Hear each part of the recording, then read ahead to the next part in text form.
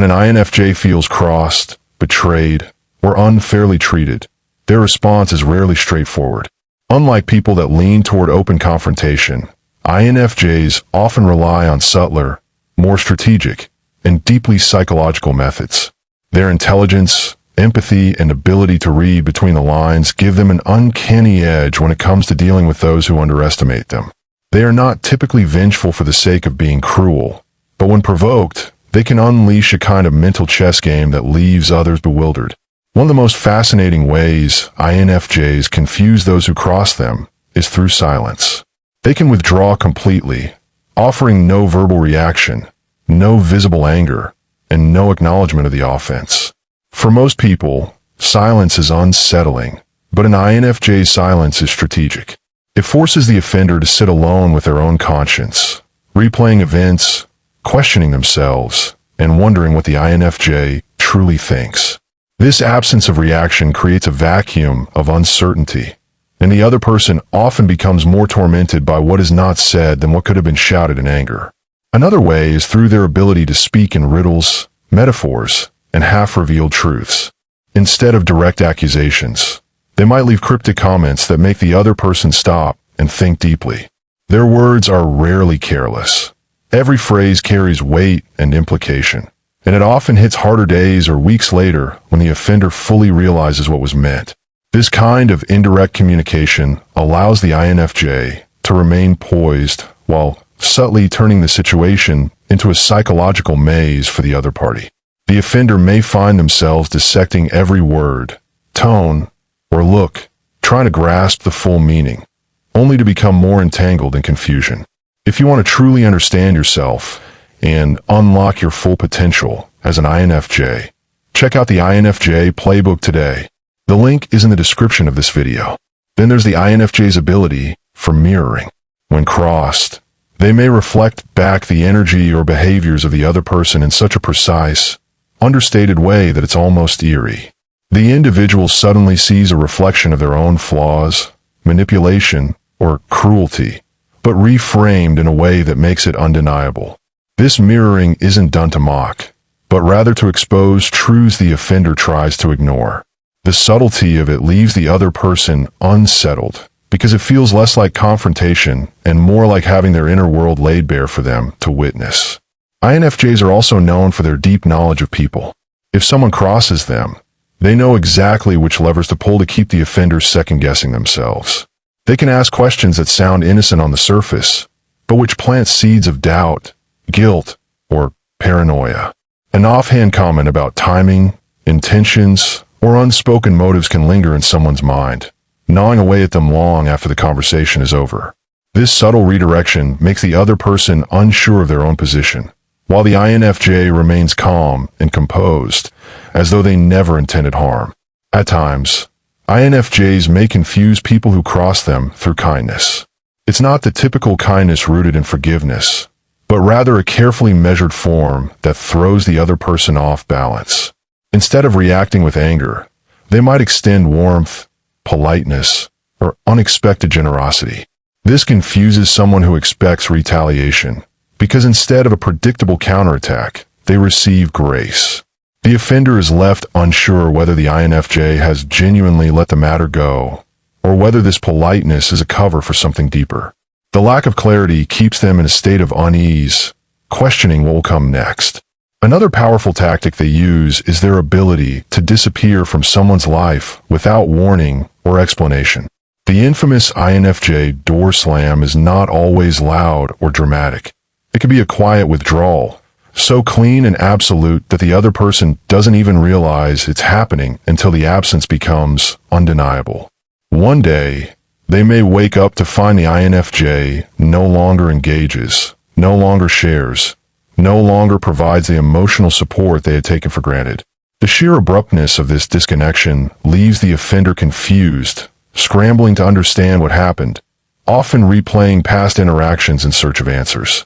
INFJs can also weaponize their natural ability to see multiple sides of a situation.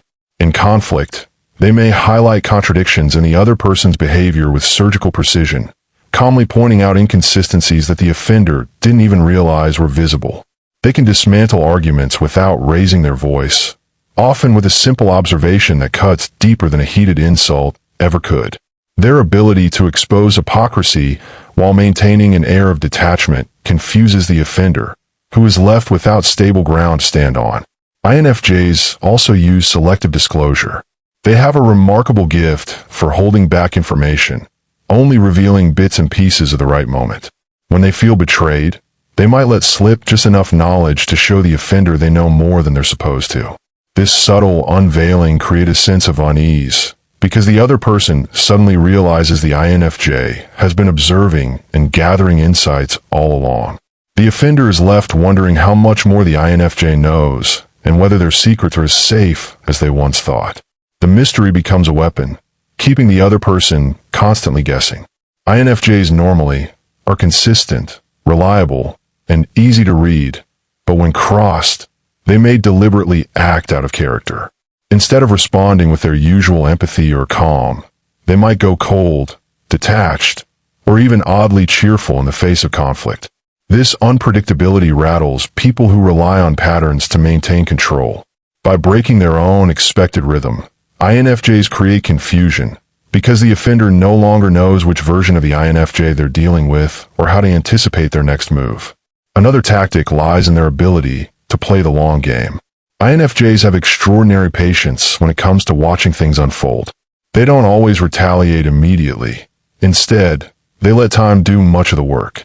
While the offender relaxes, thinking they've gotten away with their actions, the INFJ is quietly observing, waiting for the right moment when the offender exposes themselves or circumstances shift in the INFJ's favor. This delayed response confuses the offender because when the INFJ finally acts, it often comes unexpectedly, at a moment when the offender has forgotten the original conflict. There's also the INFJ's use of emotional detachment as a confusing tool. Because they are naturally attuned to emotions, others expect them to react with visible feeling in moments of conflict. But when crossed, an INFJ can switch off that emotional openness and become almost unreadable. Their poker face, combined with an inner calm, unsettles the offender because it robs them of the satisfaction of seeing the INFJ hurt, angry, or reactive. It's as though the INFJ has built an impenetrable wall, and the other person is left pounding on it with no way inside. INFJs can also confuse those who cross them by shining a spotlight on truth in such a subtle way that the offender doesn't even realize they've been exposed until it's too late. They may weave truths in a casual conversation or frame them as general observations, never directly accusing, but leaving the offender feeling uncomfortably seen. It creates a haunting effect, as though the INFJ is peeling back layers that were meant to remain hidden.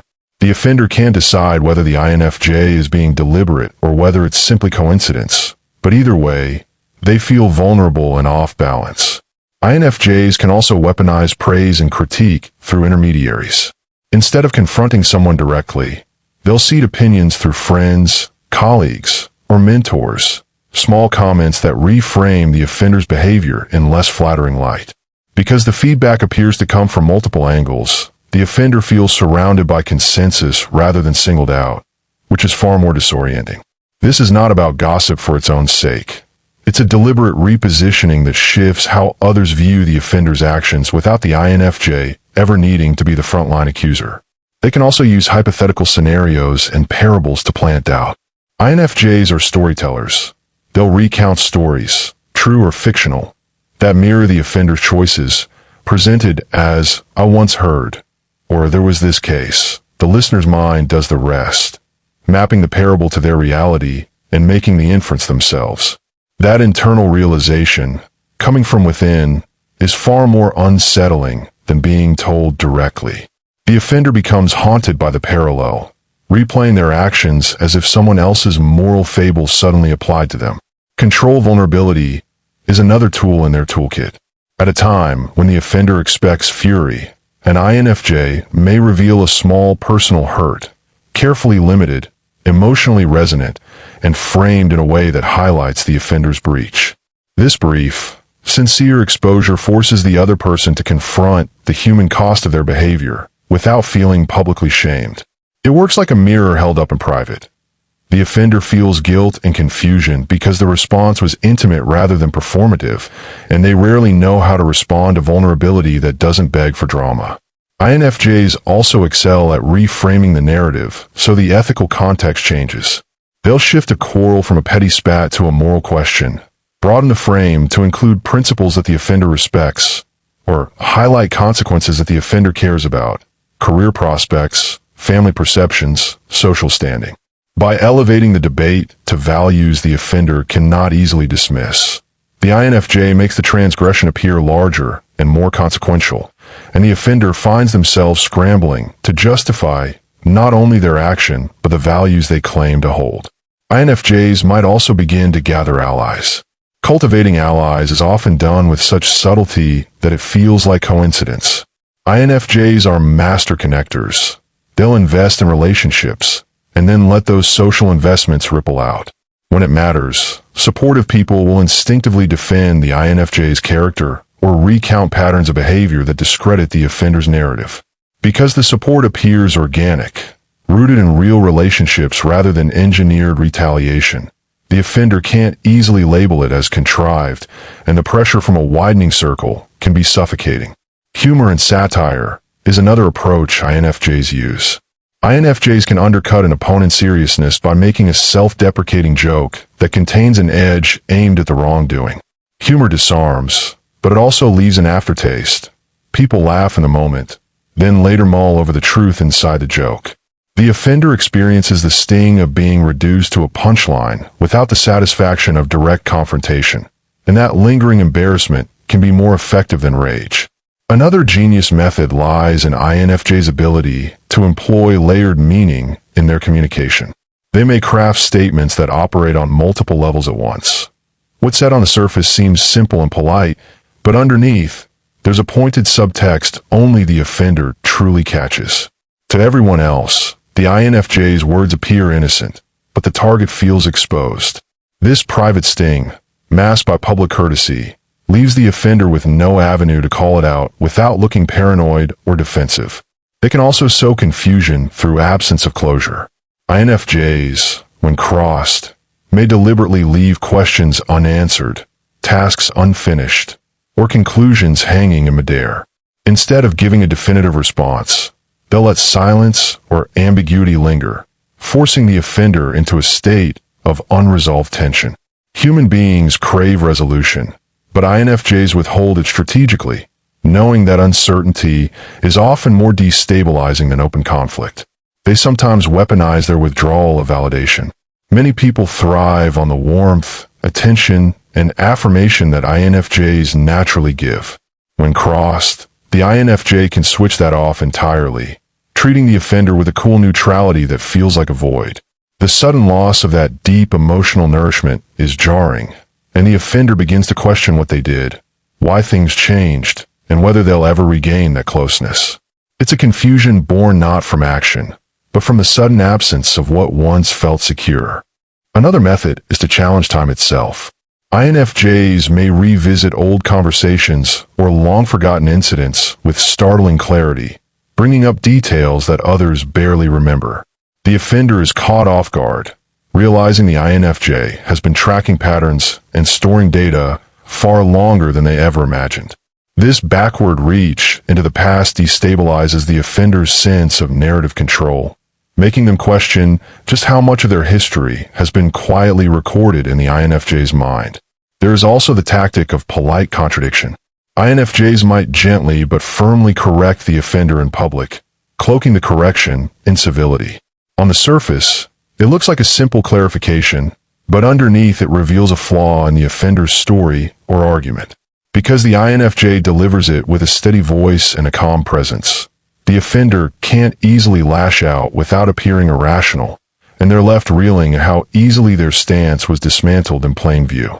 There's also the psychological mirage of optimism.